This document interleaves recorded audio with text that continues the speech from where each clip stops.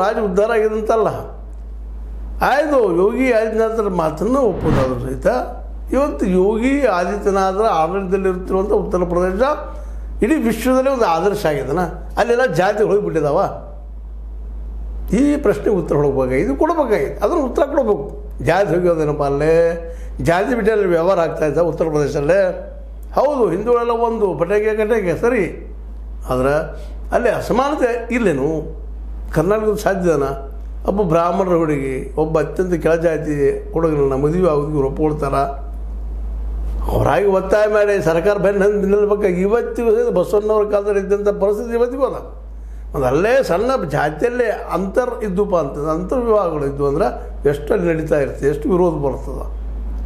ನಮ್ಮ ಮಹಾಶಯರು ಹೇಳ್ತಾರೆ ಯತ್ನಾಳರು, ಇಲ್ಲ ಬುಲ್ಡೋಜರ್ದ ನೀವು ನಮಗೆ ಅಧಿಕಾರದಿಂದ ಕೊಡ್ರಿ, ನಾವೆಲ್ಲ ಹಿಂದೂ ಒಂದಲ್ರಿ, ಎಲ್ಲ ಜಾತಿ ಬಿಡವ್ರು ಯಾರು ಜಾತಿ ಬಿಡಿಸೋದಕ್ಕೆ ಬೇಕಾದ ವ್ಯವಸ್ಥೆ ಜೊತೆ ಉದ್ಯೋಗ ಸೃಷ್ಟಿಗೆ ನೀವೇನು ಮಾಡ್ತಾಯಿದ್ರಿ? ಇವೆರಡಕ್ಕೂ ಉತ್ತರ ಕೊಟ್ರಪ್ಪ ಅಂದ್ರೆ ಜನ ಬೆನ್ನಂತಾರ. ಇಲ್ಲ ನೀವು ಹಗಲಗನಸ್ಕಾಣ್ತಾ ಇದ್ದೀರಿ ಅಂತ. ಯಾಕಪ್ಪ ಅಂತಂದ್ರೆ ಯಡಿಯೂರಪ್ಪನವರನ್ನು ನೀವು ಇಲ್ಲಿವರೆಗೆ ಬೀಟ್ ಮಾಡೋಕ್ಕಾಗಿಲ್ಲ. ಯಡಿಯೂರಪ್ಪನ ಮಗನ ಜೊತೆಗೂ ಬೀಟ್ ಮಾಡೋಕ್ಕಾಗಿಲ್ಲ. ಕೊನೆಗೆ ನಿಮ್ಮ ಪಕ್ಷ ನಿಮಗೆ ಕಿತ್ತಾಕಿಬಿಡ್ತು, ಬೇಡಪ್ಪ ಈ ಮಾತು ಮಾತಾಡೋದು ಅನ್ನೋದು. ಆದರೂ ಇನ್ನೂ ನೀವು ಅದನ್ನ ಮಾತು ಮಾತಾಡ್ತಾ ಇದ್ದೀರಿ.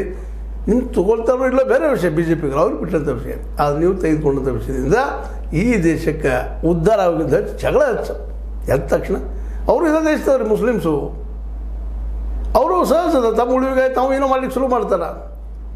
ಹೀಗಾಗಿ ಎದ್ದ ತಕ್ಷಣ ಒಬ್ಬರ ಮಕ್ಕೊಬ್ಬರು ನೋಡಲಾರದು ಜಗಳ ನಿಲ್ಲುವಂಥದ್ದು. ಮತ್ತು ಅವ್ರ ಮಸೀದಿಗಳನ್ನು ಅವರ ಪ್ರಾರ್ಥನಾ ಕೇಂದ್ರಗಳನ್ನು ನಾವು ಬುಲ್ಡೋಜರ್ ಕೆಲವರಿಗೆ ಶುರು ಮಾಡಿದ್ರೆ ಅವ್ರು ನೆಮ್ಮದಿಯಿಂದ ಹೆಂಗೆ ಇರ್ಲಿಕ್ಕೆ ಸಾಧ್ಯ? ಅವ್ರು ನೆಮ್ಮದಿಯಿಂದ ಇಲ್ಲ ಅಂದ್ರೆ ಅವರು ಬಡತನವನ್ನು ಸಹ ಸಹನ ಮಾಡ್ತಾರಿಲ್ಲ. ಅವರನ್ನೆಲ್ಲರೂ ಇಡೀ ದೇಶ ತುಂಬಿದಂಥ ಮುಸಲ್ಮಾನರೆಲ್ಲ ಅತ್ಯಂತ ಶ್ರೀಮಂತರು ಇಲ್ಲಿ ಕಾರ್ಪೊರೇಟ್ಗಳವ್ರು ಆಗಿದ್ದಾರಂತಲ್ಲ. ಎಷ್ಟು ಜನ ಕಾರ್ಪೊರೇಟ್ ಇದ್ದಾರೆ?